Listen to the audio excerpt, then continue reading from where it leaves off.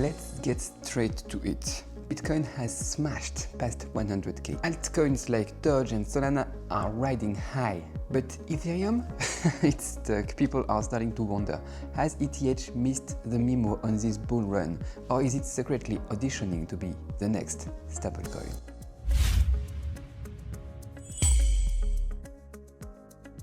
I saw a hilarious tweet today asking exactly that. So yeah, it's spot on. When Bitcoin was at 40k, ETH was at 3,000. When Bitcoin is at 70k, still 3,000. And now with Bitcoin soaring past 108k, ETH hasn't budged, still hovering just above 3k. Add to that a wave of negative rumors flooding the market, and it's no surprise people are getting frustrated.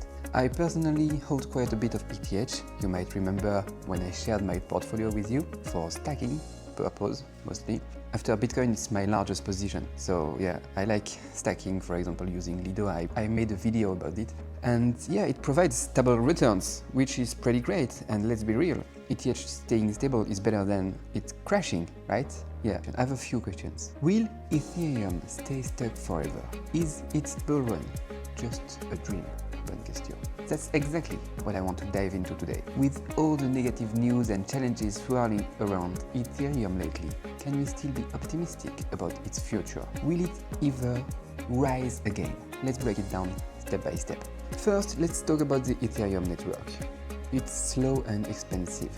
Looking at last year's data, Ethereum's transaction fees ranged from $2 to $8 on average. Sometimes they dipped to around $0.5, but in peak times they skyrocketed to as much as $30. If you compare that with other blockchains, yeah, it's definitely expensive. For instance, Solana's average transaction fee is just 0.003 USD, except when Trump meme came out. And then there's speed. Ethereum's average TPS is about 30, whereas Solana clocks in at 4,000 to 4,500 TPS. At first glance, these two issues, high fees and slow speed, make ETH look bad. But hold on a second, think about it. What do high transaction fees actually mean? They show that demand for ETH network is massive.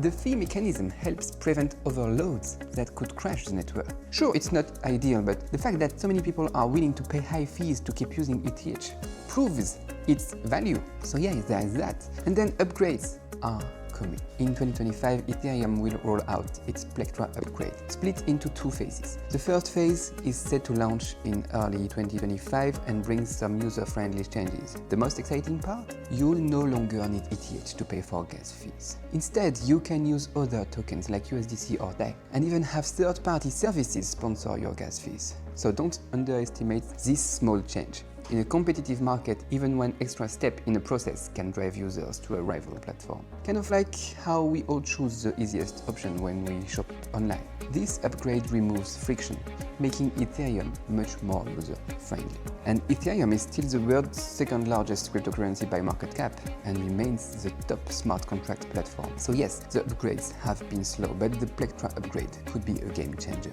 Some even predict that Ethereum's transaction speed could rival Visa in the coming years.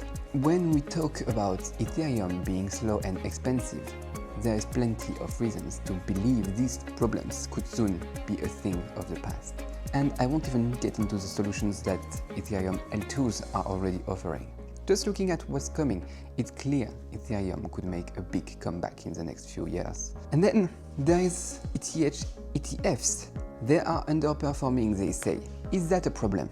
Alright, let's be honest here. Ethereum's ETFs haven't been doing great. Yes, that's right. BlackRock's and Fidelity's Bitcoin ETFs, IBIT and FBTC, raised 4.2 billion and 3.5 billion respectively within the first 30 days of listing. But after the launch of Ethereum's ETFs, not only did they fail to attract inflows, but they actually experienced outflows worth hundreds of millions of dollars. A lot of people are calling this a bad sign. I don't think so. Because if you think about this, Ethereum is the only cryptocurrency besides Bitcoin that the SEC has approved for an ETF for the moment. Does that really sound like a bad sign? No. What other altcoin has received such recognition? None.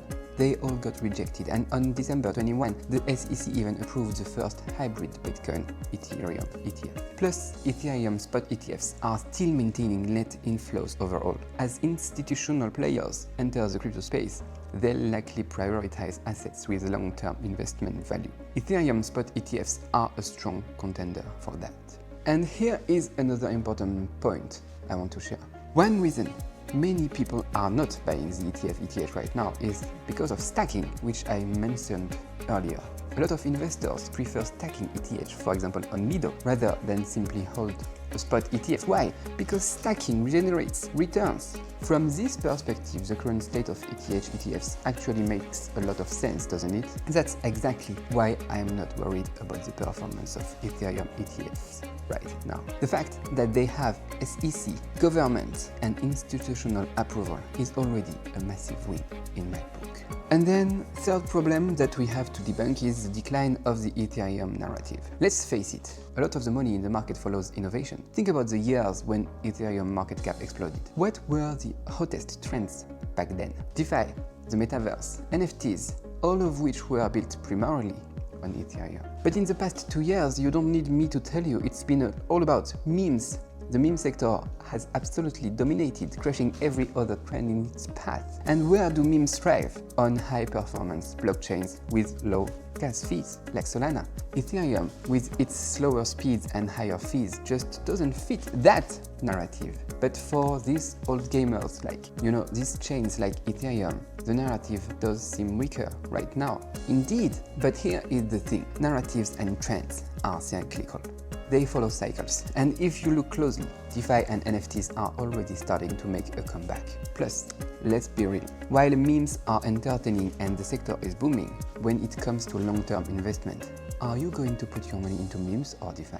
And if you are an institution, would you prefer Ethereum, known for its stability, or a meme token that peaks for a minute and then disappears? And even if we are talking about meme coins, there is more to consider. First, Ethereum has its own popular meme coins too, like Pepe or SHIB, which are well known and hold significant market value. And we have Ethereum Layer 2s that also have promising meme coins, for example on Base, on Ethereum L2. There is Toshi, a meme coin with a lot of potential. Just recently Coinbase announced plans to list Toshi in their updated roadmap. And let's not forget, Coinbase is no small exchange. They use ETH as their trading token, which is a solid win for Ethereum's ecosystem over the next couple of years too. That's why I believe that while Ethereum's narrative might feel weak in 2024, it's set for a strong comeback in 2025 and 2026. And then there's the last point. This one I cannot debunk.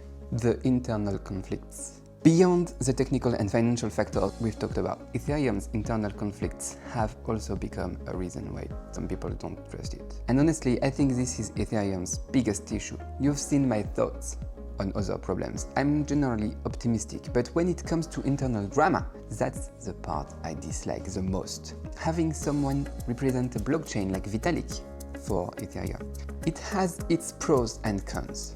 Back in the day, Vitalik Buterin was called V-God, not just because of his technical brilliance, but also because of his charisma and the pivotal role he played in building trust and belief in Ethereum and the broader crypto ecosystem. That's why people there called him a god. But over the past year, this belief has started to fade.